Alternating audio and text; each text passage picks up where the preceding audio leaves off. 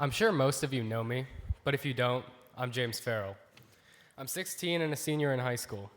Junior, I don't know why I wrote that. I've been a member of the congregation for almost as long as I can remember, and it's always been an amazing place to be. But of course, the place that it is comes with a cost my siblings in Christ have always been willing to bear. What is sacrifice? In the most literal sense of the term, it means giving up, but it implies something greater. When you sacrifice, you're sacrificing to something. You're giving up a portion of yourself to something you deem to be greater. Whether it's time, resources, maybe even yourself, sacrifice is something we all do in life. My mother sacrifices her free time to put food on our table every day. My dad sacrificed his life for this country. I can guarantee that all of you have made sacrifices, however small, for that which you love. Sacrifice is never an easy choice to make, but it is the choice that comes with great benefits and great results. That's the appeal we're making.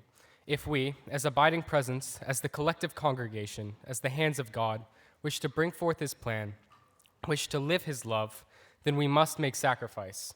Our goal this year is to reduce the church's total debt by $500,000. This isn't an easy goal. In the words of Dietrich Bonhoeffer, there is no cheap grace. There's no easy religion worth believing in. There's no faith that's both effortless and meaningful. A gift that is easily given cannot express a love that is sincerely held. This will be different for all of you. Some simply have more to give, but your gift should be a sacrifice. Martin Luther saw sacrifice as part of the priesthood of brothers, meaning that we stand before God, pray for others, intercede with, and sacrifice ourselves to God and proclaim the word to one another. We can't reach our goals without each and every one of us making a sacrifice.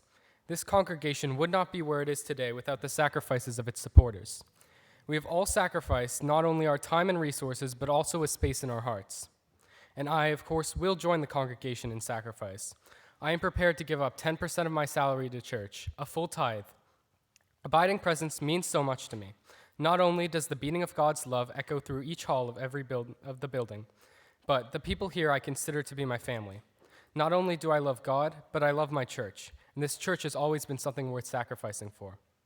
If you think that making a sacrifice is too much, remember that for our salvation, Jesus sacrificed himself on a cross. If God could sacrifice himself, what can we do for him? Thank you all for listening. It's been a pleasure. Thank you, James.